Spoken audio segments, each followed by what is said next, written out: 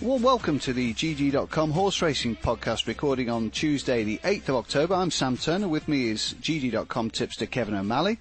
In this show, we'll be taking a glance over the weekend's feature action from Newmarket, including the Cesarewitch and the Dewhurst. We'll also be discussing the latest happenings in the world of GG.com and the horse racing community. We'll start by rounding up this weekend's action at Longchamp, where Trev ran out an impressive winner of the Arc.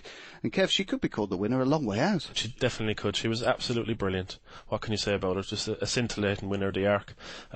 Considering that she came from a wide draw, she was keen early on. I heard that she was sweating up beforehand. I didn't actually see that, but it just adds more spice to her win.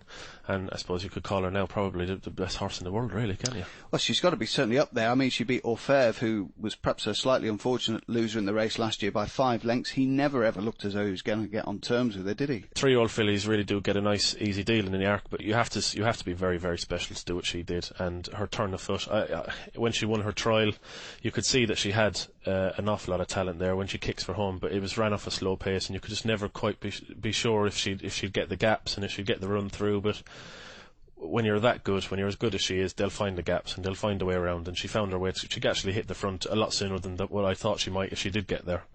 And just pure class. And of course, a lot of people were saying, oh, poor Frankie Dettori, etc., etc., and it was unfortunate that he broke his ankle in that fall at Nottingham. But don't forget that Thierry Jarnet, who had won a couple of times on Trevor already, was the one that was jocked off for Frankie. He was, and he gave her a great ride. And he's getting on a bit now, and he was a champion jockey years ago, and he kind of fell by the wayside for a while. So for him to have a winner like that again and to be right on top of the racing world again is great for him. So yeah. It was hard luck for Frankie, but it was great for Thierry. And some brilliant horses in behind Kevin. Intello, who's impressed all throughout his 3-year-old campaign. Kazuna, winner of the Japanese Guineas. Yeah. Al-Kazim, of course, Coral Eclipse winner, etc., etc., was 6th. Rule of the World of our Derby winner, he was 7th. Flintshire 8th. Good horses in behind. It was a really good Arc, really, really good Arc. I think Intello has proved that he definitely stays a mile and 4. Yes. I really didn't think he would, and I think Al-Kazim didn't quite. Maybe he wasn't. I just don't think he was probably good enough when it came down to it. Not sure he enjoyed the right-handed track as much as he did the left-handed track. Yeah. Elsewhere. I know he's won at Sandown, etc., but he just seemed to be on the wrong leg all the way around, really. He did. I thought Kazuna ran a massive race. I actually backed Kazuna, and he ran a really nice race. He travels like a good horse. I just don't think he wasn't quite good enough on the day. And of course, the Arc Day got off to an absolutely blinding start, didn't it? With a fantastic renewal of the Abbey, in which Catcall was just overhauled in the dying strides by one of our favourite horses, Marek. Declan McDonough at his absolute best. I've always said that Declan McDonough, probably with the exception of perhaps Johnny Murtock in big races, Declan McDonough is the best jockey in Ireland, in my opinion. He was absolutely fantastic on Marek, and he had a willing partner under him. Marek, on soft ground, when there's soft in the description, Marek is near on unbeatable. He's absolutely brilliant, and to see him win a race like the Abbey was just fantastic. Yep. So some quality sprinters in behind, of course. Good runs from Hamza, Jawala, creditable effort from Reckless Abandon. Sol Power back in 6th. He's run well all season. Some really strong sprinting quality throughout that race. And Marek, he'll be off for the Champions Day, no doubt now. He will. He'll defend his crown there. I mean, just a little note on Reckless Abandon. I mean, I suppose they'll have to try and persevere with him over these sprint trips, but he just hasn't quite been getting there, hasn't he? No. These sprinters often miss a year, though, don't they? And then perhaps come back next year. He's only a 3-year-old. He's acquitted himself quite well, so. Absolutely. Yeah. And then, of course, the Prix de la Forêt, where we saw Moonlight Cloud, the French Queen, absolutely hammer Gordon Lord Byron, who was a good winner, obviously, of the Betfred Sprint Cup at Haydock. Really strong form with Garswood back in 3rd as well. To pick up a horse like Gordon Lord Byron in the manner that she did, she just walked. Astonishing. She just sauntered past him. I think Twitter just lit up after the race in a blaze of her turn of foot. It was just fantastic to watch what she did, and people were saying a long way out, including myself. Oh, Thierry Jarnet, he's had a shocker there, but he's just pulled her out, and she just took off. Absolutely. In a matter of 5 or 6 strides, she hit the front, and she's just a fantastic horse. She's near enough unbeatable over 7 furlongs. Yeah, and a fabulous day for connections, of course, and Gordon Lord Byron has done Tom Hogan proud again this year. Garswood 3rd, only margins back in third under Ryan Moore, and I think they'll probably finish him for the season now. He'd be an interesting horse over a mile next year, I think, Garswood. He will indeed. He's a nice big horse, and he's been coming along steady this year, and they do think an awful lot of him up there, and it'd be interesting to see where he ends up next year. Yeah, some fabulous stuff from Longchamp on Sunday. The ground was soft, and there didn't seem any excuses in any of the big races, and we saw some really exemplary and exhilarating performances from the likes of Marek, Trev and Moonlit Cloud. Time moves on GG.com, and we're going to have a quick look at the Cesarewitch and the Dewhurst and the Middle Park on Saturday at Newmarket. But we've also got news from Australia, really, Kevin, where we've launched a new site. Yes, well, we said it in the last podcast that we were launching in Australia, and now GG.com.au is functioning. It's a fantastic website. We're really proud of it. So if you're in Australia, especially, we'd like you to go and visit our site and check out the race cards and results and tips and blogs, and we've got a really nice new discussion forum area there. The one good thing about this site is that you can take it with you wherever you are, whether you're at work or you're at home or you're on a train, or you can use gg.com.au on your phone to get all of the information that you need for Australian racing. And we're excited to see where it goes, really. And in Britain we're very, understandably sometimes, a little bit parochial about our horse racing. We believe it's the best. It's got the history, the tradition, etc. But having spent a little bit of time in Australia, certainly around the time of the New Year when there's some good carnivals on, sort of up the east coast, etc., the Sunshine Coast, and all around Brisbane, etc. There's some absolutely fabulous racing in Australia, proper prize money as well, and proper horses, as we've seen in the last 10 or 15 years with the sprinters coming over and dominating at Royal Ascot. Exactly. And all of their big races are coming up now, so it's the right time to launch a site over there, really. And with the 1,000 Guineas is coming up in the next couple of weeks over there, and the Caulfield Guineas and the Caulfield Cup and the Melbourne Cup is a really exciting time.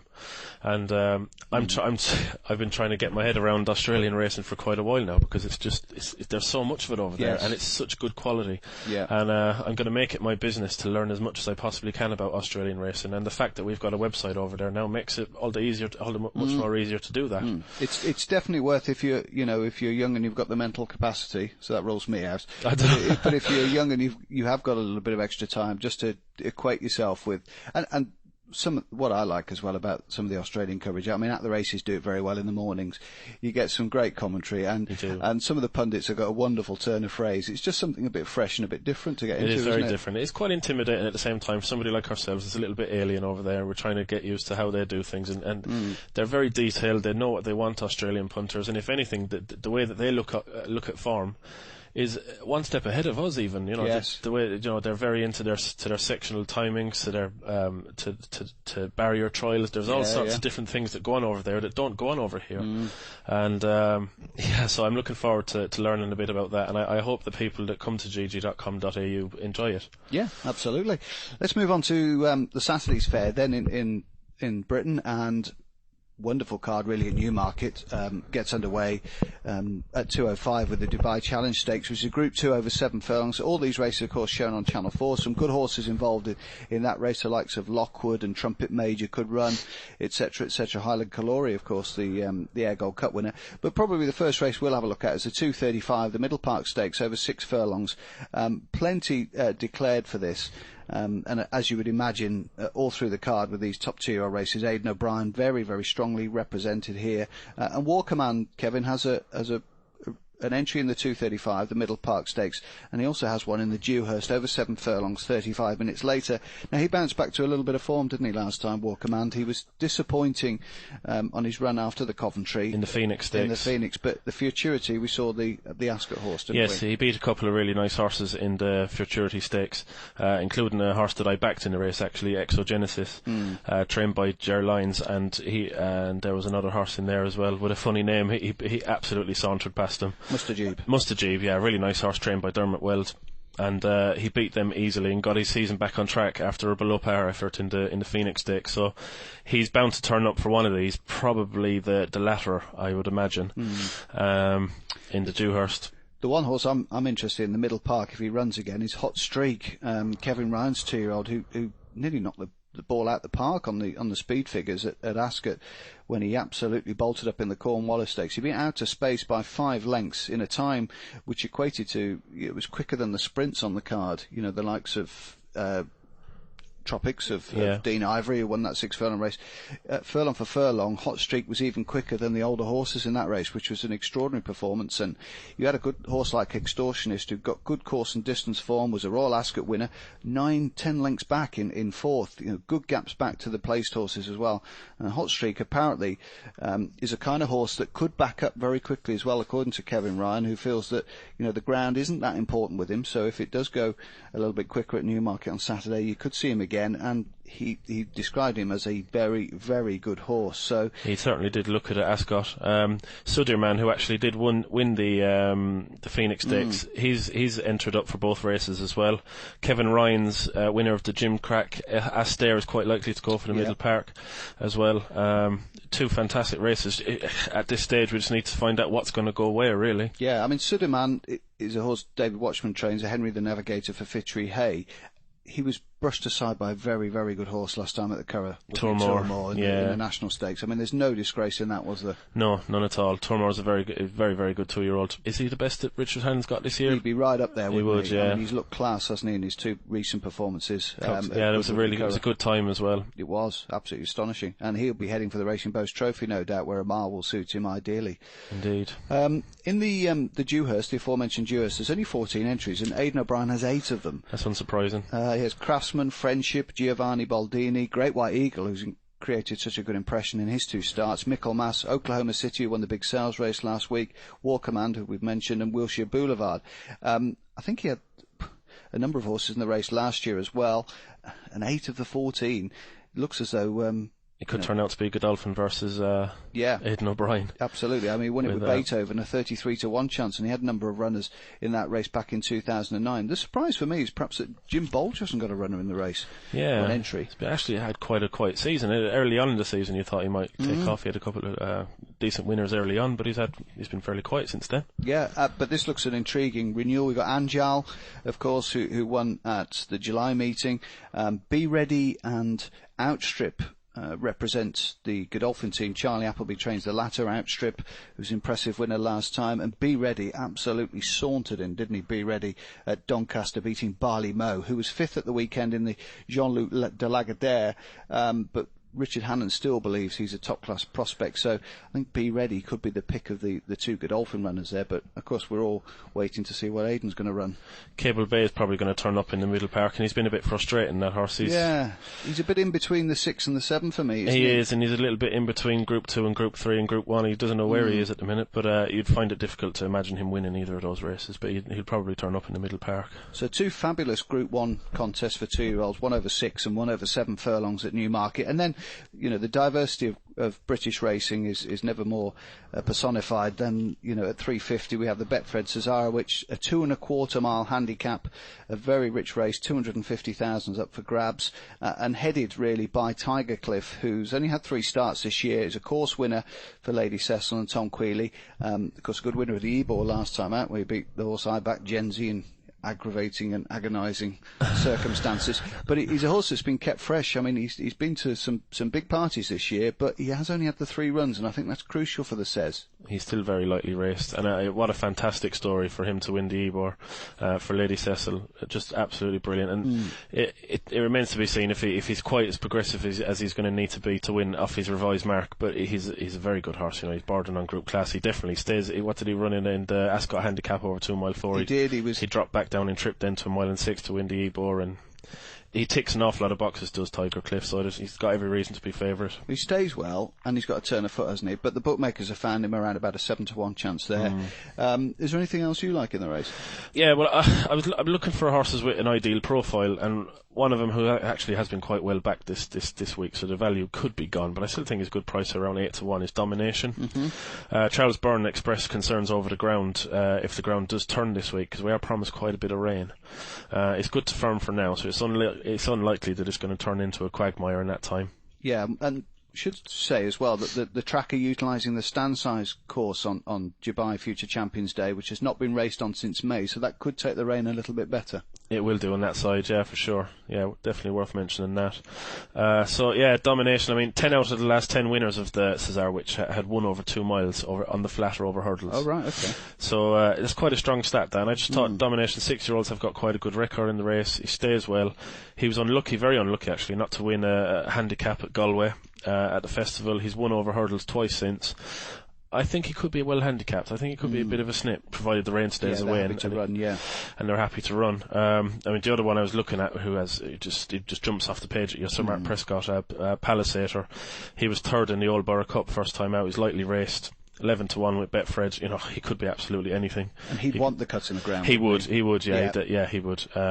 And Platinum goes for the race as well. Another one that could run well is he ran behind Tiger Cliff in that same Ascot handicap as Philip Hobbs' horse, Big Easy. Yes, he landed a gamble at Cheltenham, didn't he? He did. His form is very itsy bitsy. You know, he's been a bit in and out, but he could potentially have a bit of improvement in him. And at 16-1, there's substantial reason to believe that he perhaps shouldn't be quite as big as he is in comparison to Tiger Cliff's price. I'll throw a couple of ones that I've sort of looked at and potentially interesting runners. Oriental Fox, who won the prep race of the trial race for this under Johnny Murtagh in a really strong time. I don't know what Johnny's going to ride this week. He's been the go-to man, hasn't he, for much of the season. It'd be interesting to see whether he does link up with Oriental Fox again, who really put some good distance between himself and the 4th placed horse when winning over course and distance here 3 weeks ago. Of course, he's gone up in the handicap for that. I think he's up another £5 to a mark of 104, joint top weight with Tiger Cliff. But we saw Aim to Prosper carry top weight to victory in this 12 months ago. The other interesting one for me is Mikel de Zangle, who of course, you know, won a 1,000 guineas with McPhee. He runs a horse called Smoky Hill, who's only had the 4 runs this year and finished 4th last time out in a Group 2 at Longchamp, or Group 3 rather, at Longchamp. He'd previously won at Maison Lafitte over 1.5 miles, making all the running. He stays well, just got 8.11 off a mark of 91. Could be very interesting, and I think it's intriguing that the trainer brings him over. It is very, very much so. It's very difficult to weigh up the weight of group form over in France. You know, in conjunction with his official rating over here, and his tough handicaps, it's very difficult to know how they're going to deal with that, you know. But he is a very intriguing contender, as there are many of them in this race. Indeed. But I do quite like domination, and I think Big Easy at a price could go well. Okay, brilliant. That's our little review of the Cesarewitch on Saturday. Well then, Kevin, it's time for this week's GG Alert, horses to follow. And you've dug out a good one for us, haven't you? I think so. I backed a horse last time out in Ireland in a maiden hurdle, trained by Michael Hourigan. His name is The Job Is Right. And he's a bumper winner. He's came second in his last 2 runs over hurdles. Last time out, Barry Geraghty rode him, and I backed him. He's been around about 3 or 4 to 1. I had a bit of an each-way smash in him. And he came with what looked like a winning run. I thought Barry Geraghty probably would have won in him. He was beaten by about 5 lengths at the line, but that's because he made a shuddering error at the end. Actually, it wasn't so much of an error. He just kind of stumbled on landing, and he lost all momentum. But just watching him, the way he jumped around, he jumps really nicely, he travels well, and he just looks like a horse he's ready to win a maiden. So I'm looking out for him at his next run. I think he might be a big price depending on what's in the race, but I'd be quite confident he'll win a maiden hurdle in his next race or 2. And that horse is? The Job Is Right. Okay, my horse to follow would be Horsted Keynes, a 3-year-old by Giant's Causeway, trained by Roger Varian, owned by Mrs. Fitri Hay. I was actually present when he won at Wolverhampton back in the middle of September. He beat Invisible Hunter by a length and a quarter that day. And as you well know, Kevin, they've relaid the Wolverhampton surface at the moment. It's riding very deep. And that wouldn't necessarily have suited him because he was taken out of an Ascot handicap recently because the ground had just changed and gone a little bit on the soft side. He's by Giant's Causeway. He won good ground or better. But maybe you'll keep him going on the all-weather Roger Varian this year, and he won off a mark of 76 there. I haven't got his revised rating, but he's a horse definitely to follow because the time of that race was exemplary. I think the form will work out exceptionally well. It looked a strong handicap runner, a very true gallop, and hopefully Horsted Keynes can pay to follow in the weeks that ensue going up to Christmas. Interesting. I might stick him in my alerts myself. Make sure you do. Don't miss him. Looking at that speed rating, yeah. Very good. Right, we touched last time on our first podcast on the importance of recording your bets, using multiple accounts to obtain value, and placing little multiples and trying to eke out profit that way. This week, Kevin, you touch on the importance of stamina and also conditional jockeys claiming £7 against their peers. A lot of people place some emphasis that a horse needs to step up in trip and he won't be seen at his best until he steps up in trip and things like that. I get that, and there's a lot of value to it. You know, horses start off at low trips and they progress to higher trips as they go along in their career. That's fine. But I just think that in the big races especially, people don't place enough emphasis on stamina. I think if you can be sure that a race is going to have a good pace to it, and you're looking for a horse who's actually proven that he can stay a little bit further than the race is going to be that day, I think that's a definite advantage for punters. Right. You know, if you've got a horse, if it's a mile and 2 handicap with a little bit of cut in the ground, and you've got a horse there who's raced over a mile and 4 last time out, for me that's an automatic positive for me. And people will know that I back a lot in novice and maiden hurdles, and in Ireland, especially in Ireland, you get a lot of kind of 2 mile 2, 2 mile 4 maidens, and then a lot of the time you see them dropping back in trip to 2 miles because they haven't quite seen out the trip, so the trainer will drop them back in trip, and that's quite often when they go in. So I would be very keen on horses that have proven stamina, and they're dropping back in trip. Yeah, absolutely. We wouldn't ask Usain Bolt to go and run over 800 metres, would you? No. I mean, we've Not seen to say he couldn't do it, but he would have to train specifically to do that, wouldn't he? I mean, every horse stays every trip. Frankel stays 6 miles. It's just about how just about how they utilise their energy.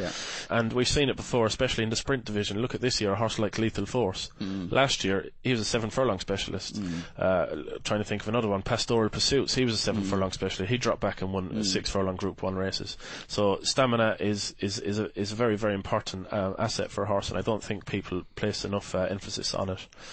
I'd certainly rather have a horse that's dropping back a furlong than trying to stretch out and eke out that bit of stamina over. Well, a mile, it's a balancing act. If a horse is stoutly bred, and you know that his running style clearly suggests that he's crying out for a step up in trip, then fair enough. Then you can bet accordingly, or relay your opinion accordingly. But even then, it's interpretation, isn't it? You're guessing. You still don't know. You're still speculating until you see it.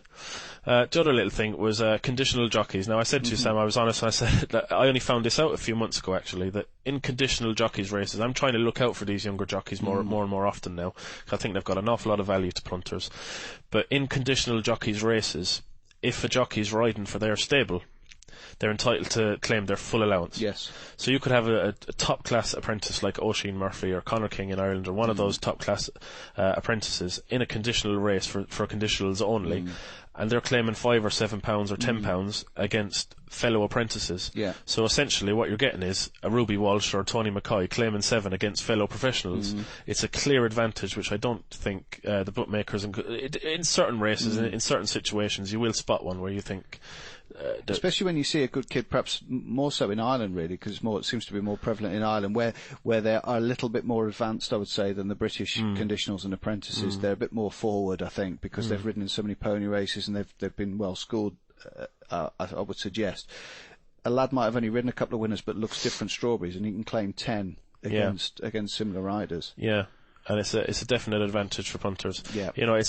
Sometimes you'll say that the like of Oisin Murphy or Kevin Stott or any of them young jockeys that are around at the minute, that they're good value for their claim against professionals. That may be the case, but they're still riding against professionals. But if they're riding for their stable in conditional races and claiming the same amount against their peers that they might actually be well ahead of, it's a definite advantage for punters. Very good points. I'll just add a couple of little points, just really things on a day-to-day basis that I look out for if I'm tipping or if I'm punting. I think the trainer form is something that we probably will touch on at more strength and more length, but just make a note, if you are watching the racing all afternoon and you are punting throughout the afternoon, just make a note which trainer has early winners early on the cards, and then have a look at their runners later on in the day. You often see, you open your Racing Post the next day, such and such trainers had 3 winners. Roger Varian was a classic case in point over the weekend. A couple of early winners, and then he went on to have good winners at Newmarket and all across the country, basically. And you can sometimes just put yourself onto those winners, just have small bets or whatever on their horses that are upcoming. And you might just hit good winners, and you know that yard's in rich vein of form, but it hasn't necessarily the bookmakers haven't had time to react and change their prices. Sound Hearts won at 12-1 after Roger Varian had a couple of winners early in the cards across the country. So you're still getting great value because on a busy Saturday afternoon, bookmakers haven't had a chance to react. Whereas if Roger Varian had 3 winners on the Friday, you'd find that all these horses on the Saturday were probably 3 or 4 points shorter, depending on their price, of course, than they would have been if he hadn't had the 3 winners, because everybody's alerted to it now. So the ability to react quickly to what's happening early on in the day can sometimes pay rich dividends later in the day. I think it's one of the things I don't do well enough, really. I'll have a look at most of the racing the night before, and most of my opinions have been formed, and sometimes you're not quite knee-jerk enough to latch onto things like that, and perhaps we should be.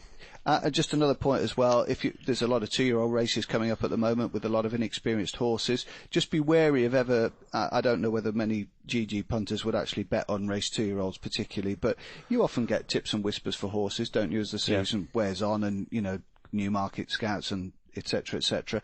What I would suggest is just be very wary of betting horses that have nothing to their left or right. By that I mean, if you're looking at the stalls, you've got something drawn on a right-handed track. If you've got something drawn high, which would mean that he's stuck out on the wing, not on the inside rail. They often, if their horses haven't got something to their left or to their right, when they jump out of the stalls for the first time, they will veer either way. Yeah. It's much better if you've got horses either side because it makes them run in a straight line. You can then forfeit 2-3 lengths, and in a 2-year-old race, when you've got inexperience, that'll cost you. So you often find, either for laying or betting purposes, a well-backed horse that might have nothing to his left or to his right coming out of the stalls, and that can be a crucial factor as well. People often say, Sam, that you need to be up with the pace often, or you need to be you need to be drawn where the pace is. But do you think that when that happens, sometimes you could end up getting into a bit of a dogfight if you've got pace all around you? Yeah, that can happen, certainly. I feel that you want to be where the gallop is, really, and where the better horses are, essentially. I think a lot of these big field handicaps you don't often see a group of 3 or 4 and the winner come out of that particularly. Yeah. You often see, just look for where the better horses are, where you think the shorter price horses are in a market. Are they all drawn around you? That was a bit the same, with Highland Calori. He had a number of horses drawn around him for the Air Gold Cup, so you could half make a case for him. A lot of them were drawn middle to high. There wasn't a lot of quality low, particularly. So I just think that's a crucial factor for punters, really. I'd agree with Tom Segal, the Pricewise and the Racing Post, that it's much more important, unless there's a really definitive trap bias, to be drawn where the pace is. Well, I just wanted to have a couple of plugs for a couple of things that we're doing on GG.com, on the UK site, that is. We're just publishing a 4-part bloodstock series at the moment, which is just a history of bloodstock, where the breeding industry started, where it is now, a lot of the key players and their significance, obviously, within the industry, and then kind of goes on to talk about the factors that influence horses' different abilities they have and different character traits they have. And, the final piece then goes on to suggest how you might be able to benefit from looking at breeding and bloodstock influences in your betting from day to day. So that promises to be quite a good series, which is going to be out. The first part is up now on the site, so you can see part 1 now, and part 2 is up towards the end of the week, and the last 2 parts will be out next week, so keep an eye out for them. The other thing is upcoming stable tours for the jump season. I'm actually heading up to Lambourn tomorrow to visit a few of the jumping yards, and I'm going to be visiting kind of 6, 7 or 8 of the jumping yards, and I'll want to go and meet the horses and see what their trainers think of them for the season, and I'm going to come back and report to everyone about that. So look out for those. I will share them obviously on Facebook and Twitter and around on the forum, so you definitely won't miss it. Fantastic. I hope you'll be sending them me first, all your little nuggets. Oh yeah. So that share them with the Daily Mail. No, the GG punters come first, Sam. Absolutely right, Kevin. Go look after our regulars. That's it. We hope you've enjoyed episode 2 of the GG.com horse racing podcast, where we've highlighted plenty of horses to consider for upcoming races and provided what we hope is some sound betting advice for listeners. Join us next time, where we'll be looking ahead to the jump season, which starts good and proper in a week or two's time. Remember, the GG.com horse racing podcast is available to download on iTunes and on SoundCloud. Just search for horse racing to find us. All the best from me, Sam Turner, and also from Kevin O'Malley. Till next time, goodbye.